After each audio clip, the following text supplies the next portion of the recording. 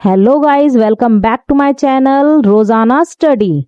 तो आज मैं आपके लिए लेकर आई हूँ बहुत ही इम्पोर्टेंट टॉपिक का नाम है वैदिक काल। वैदिक काल का आरंभ 1500 ईसा पूर्व से लेकर 600 ईसा पूर्व के बीच हुआ था। देखिए, ये वीडियो आपके लिए बहुत ही इंपॉर्टेंट रहने वाली है। आपका कोई भी एग्जाम हो, चाहे यूपीएससी, कोई टीचिंग एग्जाम या फिर Delhi police, railway, SSC, any other exam, ये वीडियो सभी एग्जाम्स के लिए बहुत ही इंपॉर्टेंट रहने वाली है, क्योंकि ये टॉपिक बहुत ही इंपॉर्टेंट है। टॉपिक का नाम है वैदिक काल। तो चलिए बिना देरी किए स्टार्ट किया जाए। क्वेश्चन नंबर 1, आर्य शब्द का शाब्दिक अर्थ है। आर्य शब्द का शाब्दिक अर्थ क्या है? ऑप्शन ए, वीर या योद्धा, बी, श्रेष्ठ या कुलीन, सी, यजकर्ता या यजमान, डी, विद्वान। तो पहले क्वेश्चन का आंसर है ऑप्शन बी, श्रेष्ठ या कुलीन। ठीक है, चलिए नेक्स्ट क्वेश्चन पे चलते हैं। क्वेश्चन नंबर 2, प्रारंभिक आर्यों के बारे में निम्न कथनों में से कौन सा कथन सही नहीं है? तो क्वेश्चन नंबर सेकंड के ऑप्शंस हैं। ऑप्शन ए, वे संस्कृत बोलने वाले थे, बी, वे घुड़सवारी किया करते थे, सी, वे कई झुंडों में भारत पहुंचे, डी, वे मुख्यतः नगरों में निवास करते थे। तो इसका आंसर रहेगा आपका डी, वे नगरों में निवास करते थे। यानी कि जो आर्य लोग थे ना, वैदिक काल में कौन थे? आर्य रहा करते थे भारत में। तो आर्यों के बारे में ये जो है सही नहीं है, डी ऑप्शन। यानी कि वो नगरों में निवास नहीं करते थे, वो गांव में इस तरीके से निवास करते थे। लेकिन वो संस्कृत बोलते थे, ये ठीक है, घुड़सवारी भी करते थे, ये भी ठीक है, और वो झुंडों में रहते थे, ये भी ठीक है। चलिए नेक्स्ट क्वेश्चन पे, क्वेश्चन नंबर 3 में है, इनमें से किस फसल का ज्ञान वैदिक काल के लोगों को नहीं था? यानी कि बाकी फसलों के बारे में वे जानते थे। तो कौन सी फसल है जिसका ज्ञान नहीं था? ऑप्शन ए, जौ, बी, गेहूं, सी, चावल, डी, तंबाकू। ऑप्शन नंबर डी, तंबाकू का ज्ञान वैदिक काल के लोगों को नहीं था, यानी आर्यों को नहीं था। चलिए नेक्स्ट क्वेश्चन पे चलते हैं। क्वेश्चन नंबर 4, अनुलोम विवाह का अर्थ है। अनुलोम विवाह, इसका मतलब क्या है? तो चलिए देखिए, आपसे मैं एक बात कहना चाहती हूं, यदि आप किसी भी एग्जाम की तैयारी कर रहे हैं तो आपको बहुत जरूरी है कि अपनी प्रैक्टिस एकदम परफेक्ट तरीके से करिए। ठीक है, तो उसके लिए आपको ये जो 4 ऑप्शंस दिए गए हैं, इन ऑप्शंस में जो भी आपका आंसर बैठता है उसका कमेंट में अपना आंसर जरूर दीजिएगा, और अपने क्वेश्चंस के जो मार्क्स बनते हैं उनको एनालाइज कीजिएगा कि आपके कितने मार्क्स बन रहे हैं। यदि आपके ये 45 क्वेश्चन हैं, उसमें से आपके 35 से अबव बन रहे हैं, that means you are going very right. ठीक है, तो आपको ये देखना है कि आपके मार्क्स कितने बन रहे हैं और आप किस स्तर पर हैं, किस लेवल पर आप पहुंचे हैं तैयारी के। तो चलिए, अनुलोम विवाह का अर्थ, नंबर ए, उच्च वर्ण पुरुष का निम्न वर्ण नारी के साथ विवाह, बी, निम्न वर्ण पुरुष का उच्च वर्ण नारी के साथ विवाह, सी, उच्च वर्ण पुरुष का उच्च वर्ण नारी के साथ विवाह, डी, निम्न वर्ण पुरुष का निम्न वर्ण नारी के साथ विवाह। तो इसका ऑप्शन रहेगा ऑप्शन नंबर ए, उच्च वर्ण का। यानी कि अगर ऊंचे वर्ग का पुरुष है और निम्न वर्ग की नारी है तो उसका मतलब रहेगा अनुलोम विवाह। ठीक है, इसी तरीके से अगर यहां पर क्वेश्चन आ गया कि प्रतिलोम विवाह, तो उसका आंसर रहेगा निम्न वर्ण का पुरुष, और इसका अपोजिट हो जाएगा, निम्न वर्ण का पुरुष और निम्न वर्ण की नारी। ये गलत है, निम्न वर्ण का पुरुष और उच्च वर्ण की नारी, ये बी आंसर रहेगा। इसका मतलब है प्रतिलोम विवाह। मैं यहां पर लिख देती हूं, प्रतिलोम, क्योंकि माउस से लिखना है तो भाई थोड़ा बहुत टेढ़ा मेढ़ा हो जाता है। प्रतिलोम विवाह। तो ये 2 क्वेश्चन एक ही क्वेश्चन में मैंने आपको करवा दिए हैं। ठीक है, आप अपने आंसर जरूर एनालाइज कीजिएगा कि आपके कितने मार्क्स बैठ रहे हैं, और कमेंट में अपने आंसर जरूर दीजिएगा। तो चलिए नेक्स्ट क्वेश्चन पे, क्वेश्चन नंबर 5 पे चलते हैं। क्वेश्चन नंबर 5, किस वेद में भारतीय वैदिक युग में संगीत के उद्भव की सूचना दी गई है? मतलब संगीत का ज्ञान किसमें, कौन से वेद में है? तो हमारे ये 4 वेद हैं। A, option A, Rigveda, B, Yajurveda, C, Atharvaveda, D, Samaveda. तो जैसे कि सामवेद के बारे में सभी जानते हैं, इसमें सारे गामा पा की ध्वनियां और विभिन्न संगीत से संबंधित गान इसमें सम्मिलित किए गए हैं। तो चलिए नेक्स्ट क्वेश्चन पे चलते हैं। क्वेश्चन नंबर 6, निम्नलिखित में से किसे वेदत्रयी के नाम से जाना जाता है? वेदत्रयी का अर्थ यहाँ पर है जिसमें 3 वेदों को सम्मिलित किया गया है, उसे वेदत्रयी कहते हैं। तो ऑप्शन नंबर ए, वेद, ब्राह्मण, आरण्यक और उपनिषद। नंबर बी, ऋग्वेद, यजुर्वेद और सामवेद। नंबर सी, उपनिषद, वेद, ब्राह्मण और अरण्यक। नंबर डी, वेद, अरण्यक, ब्राह्मण और उपनिषद। तो इसका आंसर रहेगा answer number B, Rigveda, Yajurveda और सामवेद। इन तीनों वेदों को मिलाकर वेद त्रयी बनता है। और चौथा वेद जो है अथर्ववेद, इसमें अथर्ववेद को शामिल नहीं करते हैं, ठीक है, वो अलग है अथर्ववेद, ठीक है। और एक चीज और, ये जो तीनों वेद है ना, ये तीनों वेद कहीं ना कहीं शास्त्रों से और कहीं ना कहीं भक्ति से, संस्कृति से हमारे ये जुड़े हुए हैं तीनों वेद। लेकिन जो चौथा वेद है अथर्ववेद, वो एक तरीके से मानव से संबंधित है। किससे? मानव से, इसलिए उसको अलग रखा गया है। और अथर्ववेद में क्या है? अथर्ववेद में जादू टोना, काले मंत्र, ये सब जादू टोना और वशीकरण से संबंधित अथर्ववेद में दिए गए हैं, इसलिए इसको अलग रखा गया है, ठीक है। तो ये आपका क्वेश्चन यहाँ पर क्लियर हो गया है, इसलिए इन्हें वेदत्रयी और इसको अलग रखा है, चौथे वेद को वेदत्रयी में नहीं जोड़ा गया। तो चलिए नेक्स्ट क्वेश्चन पे चलते हैं। क्वेश्चन नंबर 7, देवों की प्रसिद्ध त्रिमूर्ति है, 3 मूर्ति देवों की, जैसे कि सभी जानते हैं, ए ब्रह्मा, बी विष्णु, सी शिव और डी तीनों। ठीक है, इसका आंसर रहेगा तीनों, ब्रह्मा विष्णु महेश। क्वेश्चन नंबर 8, संस्कृत में सबसे प्राचीन रची किस मानी गई है? इसमें रहेगा रची भाषा कौन सी मानी गई है, संस्कृत में सबसे प्राचीन भाषा कौन सी मानी गई है, ये रहेगा इसका क्वेश्चन। तो थोड़ी सी मिस्टेक हो गई है, ठीक है। इसके ऑप्शंस हैं, option number A Hindi, B Sanskrit, C Prakrit, D Apabhramsha. सबसे पुरानी भाषा हमारी जो कि वेदों में भी है, तो संस्कृत भाषा सबसे पुरानी मानी गई है, ठीक है, क्योंकि वेदों की भाषा भी यही है। क्वेश्चन नंबर 9, भारत के राष्ट्रीय चिन्ह अशोक स्तंभ के शीर्ष में कौन सा पशु अनुपस्थित है? याद रखना, अनुपस्थित पूछा है। तो ऑप्शन नंबर ए हाथी, बी घोड़ा, सी शेर, डी ऊंट। जैसा कि सभी जानते हैं, हाथी, घोड़ा और शेर, ये तीनों को तो सम्मिलित किया गया है, लेकिन अनुपस्थित है ऊंट, यानी कि इसका आंसर रहेगा ऊंट, ठीक है, ये इसका आंसर रहेगा, ठीक है। तो चलिए नेक्स्ट क्वेश्चन पे चलते हैं।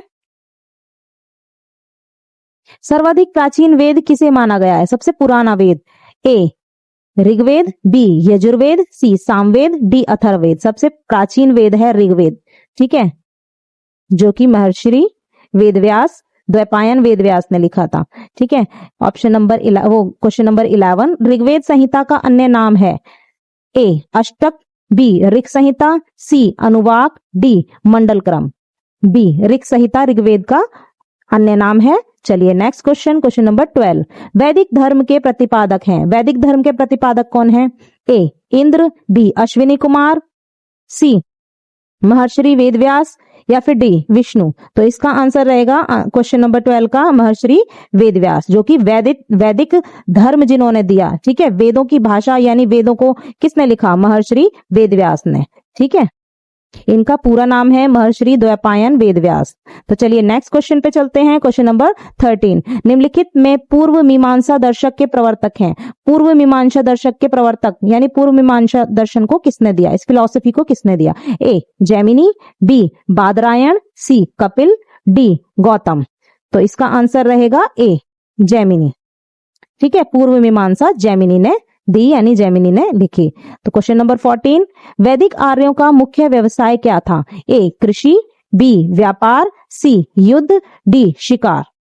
ए कृषि। देखिए मैंने इस वीडियो में जो मोस्ट इंपॉर्टेंट क्वेश्चंस हैं उनको ही रखा है, ये मोस्टली ज्यादातर बार बार आए हुए क्वेश्चंस हैं, तो इन क्वेश्चंस को आप बहुत अच्छे से तैयार कीजिएगा। जैसे कि ये क्वेश्चन भी बहुत इंपॉर्टेंट है, बहुत बार आया है कि आर्यों का मुख्य व्यवसाय क्या था? कृषि आर्यों का मुख्य व्यवसाय था। चलिए नेक्स्ट पे चलते हैं। क्वेश्चन नंबर 15, ऋग्वैदिक काल में समाज का आधार था। समाज किस पर आधारित था? मातृ सत्तात्मक था, बी पितृ सत्तात्मक था, नारी प्रधान या फिर संयुक्त परिवार। तो ऋग्वैदिक काल में पितृ सत्तात्मक समाज था, ठीक है। चलिए नेक्स्ट क्वेश्चन पे चलते हैं। भारत का राजचिन्ह का मुख्य अलंकरण चक्र किसके ऊपर रखा गया है? ए गंगा, बी सत्यमेव जयते, सी अशोक या फिर डी पुरुषोत्तम। तो इसका आंसर रहेगा सत्यमेव जयते, क्योंकि ये अशोक चक्र से लिया गया है और ये भारत का राज चिन्ह है, ठीक है, तो ये सत्यमेव जयते है। चलिए क्वेश्चन नंबर 17 पे चलते हैं। 800 ईसा पूर्व से 600 ईसा पूर्व का काल, 800 से 600 के बीच का जो काल है वो किस युग से जुड़ा हुआ है?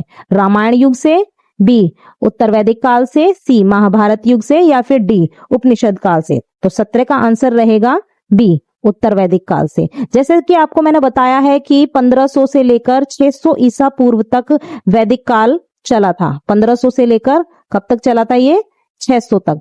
ठीक है, तो 1500 से जो 1000 तक था ना, 1500 से 1000 तक चला था ऋग्वैदिक काल, और 1000 से लेकर 600 के बाद जो 600 तक चला था वो चला था उत्तर वैदिक काल। ये वाला जो काल था ना ईसा पूर्व, ठीक है, ये जो काल है ये है ऋग्वैदिक। मैं यहां पर लिख देती हूं,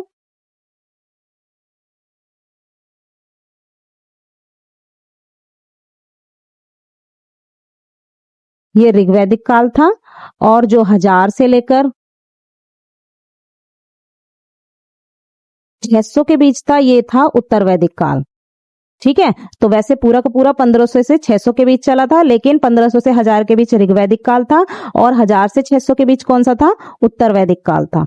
ठीक है, उत्तर वैदिक काल।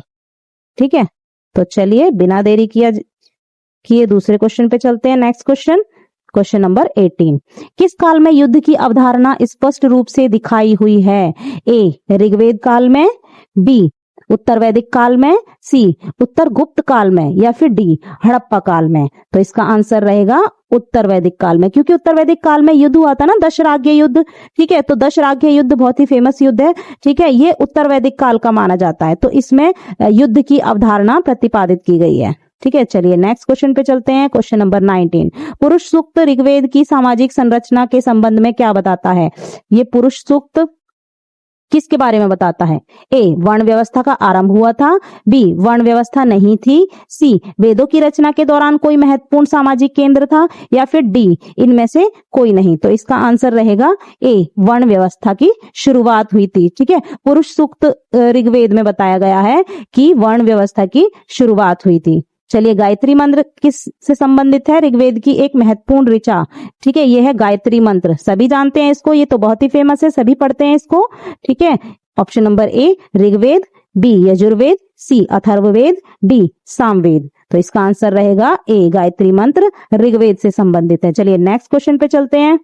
Question number 21। चरक संहिता, वेरी वेरी इंपॉर्टेंट क्वेश्चन, ये हजारों बार आया गया क्वेश्चन है।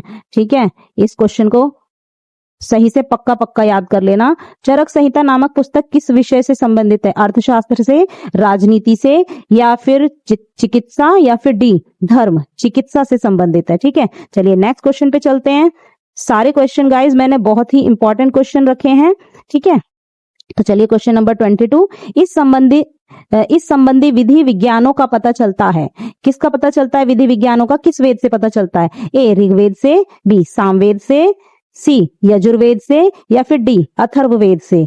इसका आंसर रहेगा डी विधि विज्ञानों। जैसे कि अभी मैंने बताया था ना, अथर्ववेद किससे संबंधित है? जादू, टोना, वशीकरण, यानी कि ये मानव से संबंधित है, इसीलिए इसको वेद त्रयी तीनों वेदों से अलग रखा गया है। और ये विधि विज्ञानों, इसमें ये विधियां दी गई है मानव से संबंधित। ठीक है, चलिए नेक्स्ट क्वेश्चन पे चलते हैं। Question number 23। वैदिक युगीन सभा, वैदिक युगीन सभा किस सभा मतलब क्या है? ये जो वैदिक युगीन है, वैदिक काल में जो सभा चली थी, इसको ये क्या है? तो ए ऑप्शन नंबर ए गांव के व्यवस्थापिक लोगों की एक संस्था थी, बी राजदरबार होता था, या फिर सी मंत्री परिषद थी, डी राज्य के समस्त लोगों की एक राष्ट्रीय सभा थी।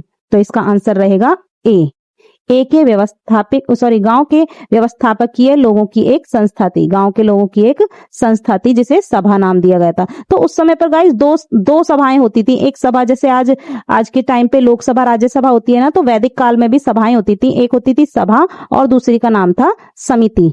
ठीक है, सभा में सभी बुजुर्ग लोगों को सम्मिलित किया जाता था। ठीक है, और समिति में और जनरल लोग भी इसमें सम्मिलित किए जाते थे। सभा में मोस्टली ज्यादातर जो राजा महाराजा मंत्रीगण वगैरह होते हैं या फिर बुजुर्ग लोग होते हैं उनको सम्मिलित किया जाता था, लेकिन समिति में गांव के और भी लोगों को सम्मिलित किया जाता था। चलिए नेक्स्ट क्वेश्चन पे चलते हैं। Question number 24। वैदिक युग में प्रचलित लोकतांत्रिक शासन प्रणाली थी, कौन सी लोकतांत्रिक शासन प्रणाली थी? ए निरंकुश, बी प्रजातंत्र, सी गणतंत्र या फिर डी वंशानुगत राजतंत्र। तो इसका आंसर रहेगा डी वंशानुगत राजतंत्र। चलिए नेक्स्ट क्वेश्चन पे चलते हैं। सबसे प्राचीन वेद कौन सा है? ये तो सभी को पता होगा। ए ऋग्वेद, बी यजुर्वेद, सी सामवेद, डी अथर्ववेद। तो इसका आंसर रहेगा ए ऋग्वेद। चलिए नेक्स्ट क्वेश्चन पे चलते हैं। Question number 26। वैदिक युग में यव, ये वेरी वेरी इंपॉर्टेंट क्वेश्चन है, ये बहुत बार आया गया क्वेश्चन है, ठीक है।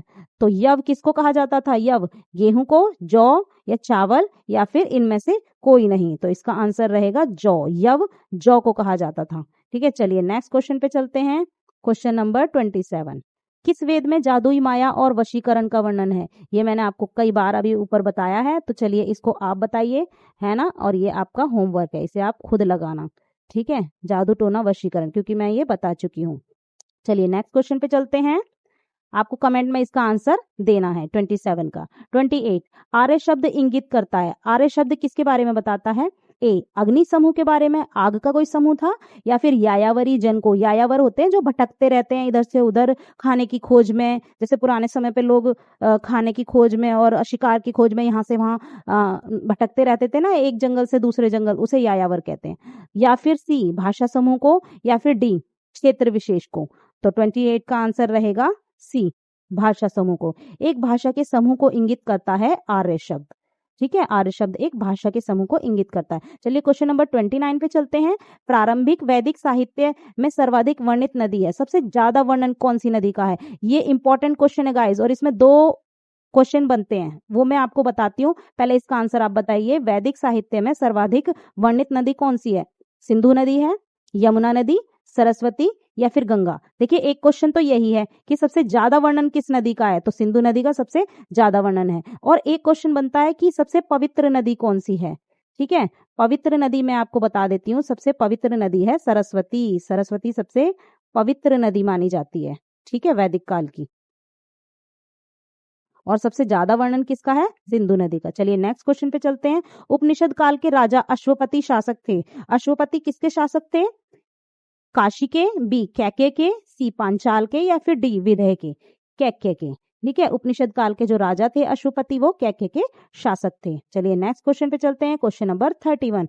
आध्यात्म ज्ञान के विषय में नचिकेता और यम का संवाद, ये भी बहुत बार आया हुआ क्वेश्चन है, इंपॉर्टेंट क्वेश्चन है। नचिकेता और यम का संवाद किस उपनिषद में प्राप्त होता है? ए बृहदारण्यक उपनिषद में, छंदोग्य उपनिषद में, कंठोपनिषद में या फिर केन उपनिषद में। तो इसका आंसर रहेगा सी छंदोग्य उपनिषद में, ठीक है। नचिकेता और यम का संवाद छंदोग्य उपनिषद में था, ठीक है। चलिए नेक्स्ट क्वेश्चन है क्वेश्चन नंबर 32। निम्न में से कौन सी स्मृति प्राचीनतम है? तो सबसे पुरानी स्मृति कौन सी है?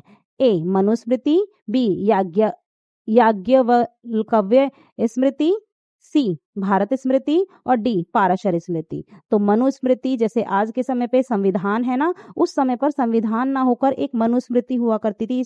इसमें लोगों के लिए नियम कानून, ठीक है, ये नियम कानून की सबसे पुरानी पुस्तक माना जाता है मनुस्मृति को, ठीक है। तो ये याद रखने वाला क्वेश्चन है, और दिस इज वेरी इंपॉर्टेंट कि मनुस्मृति क्या है। ये पुराने समय का, आप इसको संविधान भी कह सकते हैं, ठीक है, जिसके आधार पर लोगों को सजा मिलती थी। अगर किसी ने किसी को मार दिया, जैसे आज संविधान में है ना, इस तरीके से इसमें मनुस्मृति में उस समय के नियम कानून लिखे गए थे। चलिए नेक्स्ट क्वेश्चन पे चलते हैं। Question number 33।